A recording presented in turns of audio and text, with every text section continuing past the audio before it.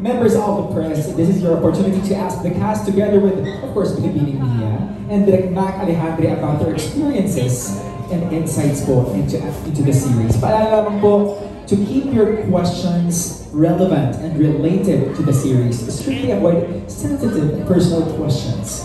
Now please remain respectful.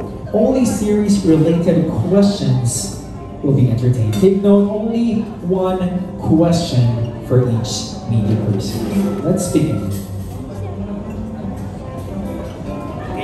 Should we start with from Abate, June Lali?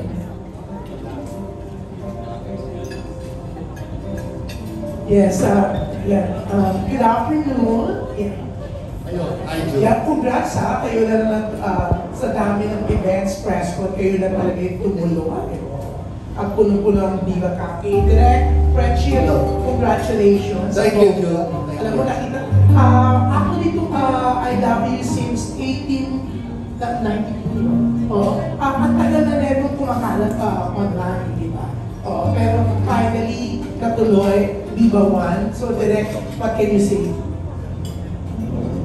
I'm very privileged and honored to be the director of the show. Tulad ng sinabi ko kanina, hindi ko alam, I didn't know anything about I Love You since 1892. Pero nung nabasa ko yung novela, there is something in the novel that made my heart flutter and speed up its pace. Masarap maging pakiramdam ng bata at ang energy ng novela ay bata. At doon ako na-excite to be doing a series again, to be doing a series about love, to be working with the originator who happens to be female and she wrote this at 19. Napakalaking bagay, hindi lamang para sa literatura, kundi para sa representasyon. Malaking bagay, excited ako na makatrabaho ang tatlong mahuhusay na mga artista, sina Heaven, sina Jerome at sina Joseph. Mahusay sila. Excited ang director pag may magandang proyekto at may mahusay na cast at mahusay na mga katrabaho. So maraming salamat sa opportunity, maraming salamat sa Viva One, sa lahat ng mga katrabaho ko, lahat ng mga involved, because this is an extremely difficult series to make. Extremely difficult, but equally exciting and equally fun. It's a very good ride. Thank you for the opportunity. Ang bongga period siya. Yeah, period siya. Di ba may period ka rin nakaraan? Marami akong ginawang mga period yan. Talagang ang bongga pag mga period, talagang pinagkakatuwala sa inyo ng Diva. Pero siyempre kina Heaven, ang laki ng project na to. Nakikita naman, di ba? Gano'n kayo ka-excited, Heaven, Marco, Jerome. Joseph Marco, sorry. Nakukis ako, Heaven, sorry. Go ahead.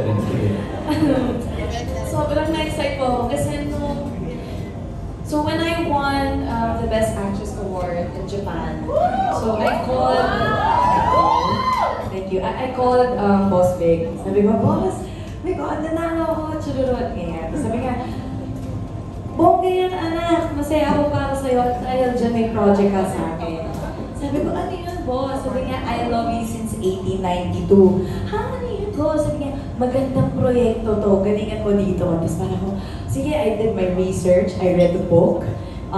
Kahit nasa Japan ako, kahit nasa ibang bansa ako, time din talagang nag-aaral ako. Binabasa ko, kinikilig ako, umiiyak ako, and everything else. So, yes, and then ko silang kinukulat for the script agad. Alam nila Ate Zania, nila Ate Ja. But, ayun, every day, I make sure na hindi ako nawawala sa storya or sa book. So, yun po. Jerome. Alam ba kung ano yung na-feel namin with the project? Yeah. Una sa lahat, syempre, masaya dahil trabaho, proyekto, tsaka bagong karakter at bagong tanong na naman para sa mga taong sumusuporta sa amin kung magagampanan namin ng maayos to at isang bagong parte ng career namin na tatahakin.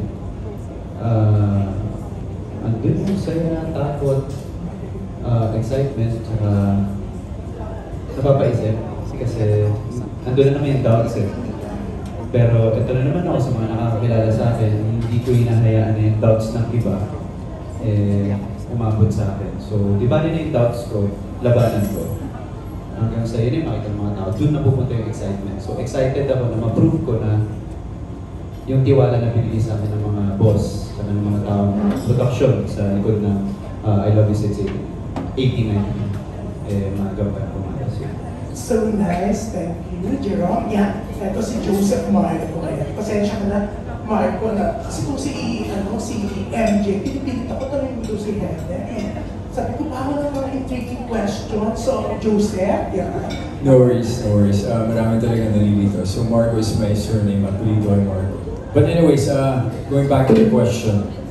Tulad ng sinabi ni Direk, I'm privileged and honored, especially nakasign up ko lang sa Viva, wala pang 2 weeks, and they gave me this project. At this point of my career, ito yung mga project na, alam mo yung, as an artist, dito ko na-high. When I get to really change my look, change my personality. And yeah, I've been prepping for 2 months, and I'm very passionate about this project.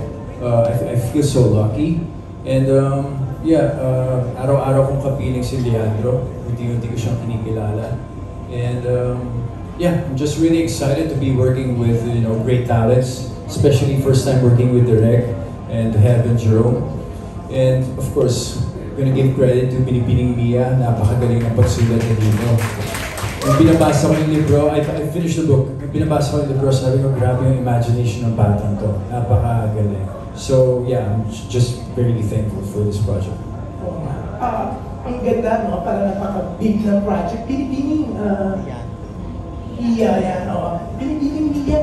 Kasi excited ako sa announcement ng cast. So, ginugel ko about the project. Tapos, may mga basa ko na even before the pandemic, pinag-uusapan na itong project na to. So, dapat ba sa iba to, hindi sa Viva One? O paano natunta sa Viva One? Kasi, yun nga, may mga nabasa ko dito. Hello po, I am good afternoon. That time, at nasunod ko din po yung before sa statement ko. Na nagkaroon ko siya ng offer, but that time is, may mga factors ko kasi na hindi natin makakontrol. And at the same time, doon ko sa Book Power itself, there's no promises or anything. Since focus ko na that time is publishing, so magkailan mo publishing and series adaptation. And with that, I'm really grateful for with Marnella sa Book Cover, and I'm really happy po to have to meet them and to serve before. And right now, I'm really looking forward to sa new cast and favorite Mac sa series adaptation ng I Love You Since 1992. For me po kasi, binabalikan ko po tanong lagi sa sarili ko na what is the purpose, parang ano yung pinaka-kaya bakit mo siya sinulat. So, yes, it's heartbreaking, but at the same time, nakikita ko po sa kanila yung dedication and passion when it comes to doing their work. And I really admire how they love and read the story. Kaya po, super thankful ako with Viva and sa mga sessions na sumasuport na. And at the same time, I acknowledge the sentiments of those readers po na kumbaga nasasaktan. But let's celebrate and focus po sa ating new journey with the Love You Since 1992. Thank you, Binibining Mia. Ang bongga, syempre, napunta siya sa Viva One. Number 1 ngayon ng Viva One, di ba? Sa dami ng mga series talaga from Mucha ng Section E, at si Drake Palma, di ba? Ang dami pang iba, di ba? So, yan, congrats! At least finally, mapapanood namin ang I Love You Since 1892. Yeah, thank you very much! There we have it. Maraming salamat sa Jun Lalin. Let's proceed with Manila Bulletin. Bobby Regentina. Magandang hapon. Okay, question sa lahat na lang ano. Since the series about traveling back in time, given the chance or opportunity to travel back in time, ano kaya itong gusto niyo balikan at bakit? Gustong balikan? Yung babalik? Yes, so travel back in time. Ako gusto kong balikan kung paano naging Pilipinas ang Pilipinas. Yeah. Ay, sorry. Tungkol ba sa love? Alam babalikan ko yung panahon kung wala naglandian nanay tatay ko. Diba? Siyempre hindi, seryoso. Doon sa Pilipinas, alam mo yun, kung paano Ayaw yung let there be light bago na kamundo. Hindi, basta alam mo yun, siyempre, sa buhay ko ba? O sa... sige, sa buhay ko na babalikan ko yung mga panahon na, sige, ayun, kung paano nag-meet ng nanay at tatay ko, ano naging dahilan, at siyempre kung ano yung mga naging inspirasyon nila sa isa't isa. Kasi siyempre iba naman yung panahon ng pagmamahalan before sa Manila.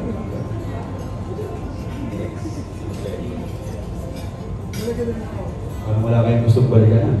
Actually, parang come to think of it, thinking of it now, parang, I don't know, parang wala naman akong gustong balikan. Parang I feel like, yeah, like what they say, everything happens for a reason, life is a journey. So, whether, you know, something good happened to you or negative you experience, well, it's part of life. You learn so much from the negativity, you learn so much from, you know, positivity. So, yeah, I can say na I'm happy and fulfilled. Okay, Ben? Niisip ko, ano pang gusto kong balikan?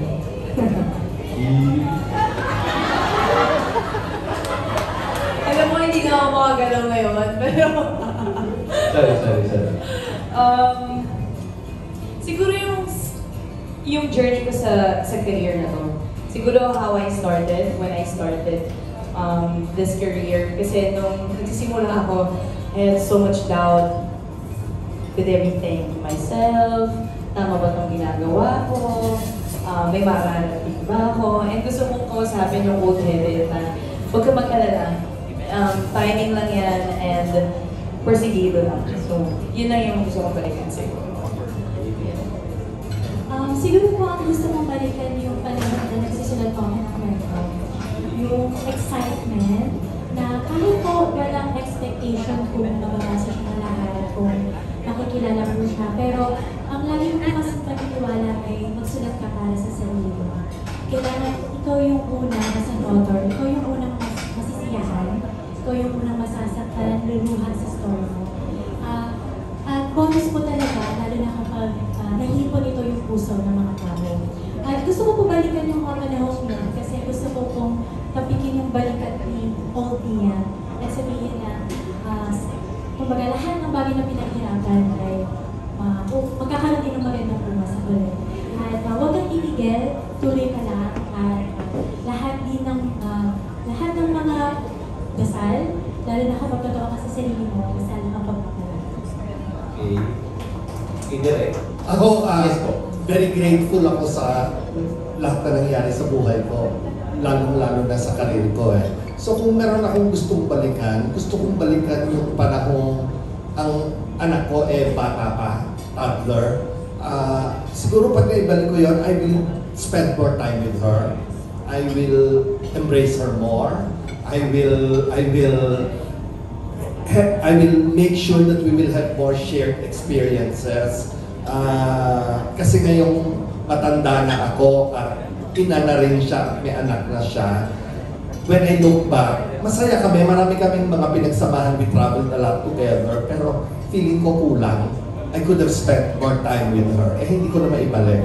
At the end of the day, mahalaga sa akin ang career, pero mahalaga sa akin ang pagiging ama. At ngayon, mahalaga sa akin ang pagiging lolo. Maraming salamat po.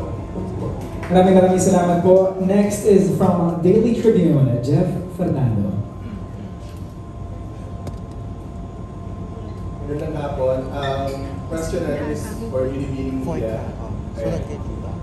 Saan daw nanggaling yung inspiration mo na makagawa ng ganito magandang kwento? And pahabol na tanong, inaasahan mo ba magiging ganito kalaki yung ginawa mong kwento? Short story lang po. Nagsulat po ako sa Wattpad 2013. That time, teenager pa ako. So, ang mga sinusulat ko po, school setting, very popular. Nung nag-college ako, meron kami Philippine History class. At na-realize ko kasi that time, kinakatulungan ng mga classmates ko yung history. Tapos, naalala ko, ang mga Filipino mahilig sa love story. Like, naroon yung love natin na magmahal. Yung kagustuhan natin pumili. So, naisip ko, why not, parang kumbaga learning approach, is parang pagsamahin ko ang love story at ang history. At mula noon, 2016, naging tahanan ko na ang historical fiction. Layunin ko kasi sa pagbabasa ng love story, naroon din yung pagkatuto na kahit pa paano may matutunan ng mga mapabasa mula sa kasaysayan, sa kung paano sila magsalita noon, paano sila manamit, nang sa gayon, hindi lang sila basta na-inspire, hindi natutunan sila. Pahabol na tanong for Heaven. Coming from a Best Actress win, and then this project, mas naging conscious ka ba, lalo na pag may difficult scene ka, kasi syempre award winner na, Best Actress na, mas careful na pa, mas delay todo ang ibibigay? Personally, hindi ko naman po naisip yun. Hindi ko rin naman po masyadong inaano sa utang na magaling na ako. Wala na akong kailangan matutunan pa. I come on set, diba, direct na willing to learn, willing to improve, and yeah, just be the best as I can. So, ayun. Thank you.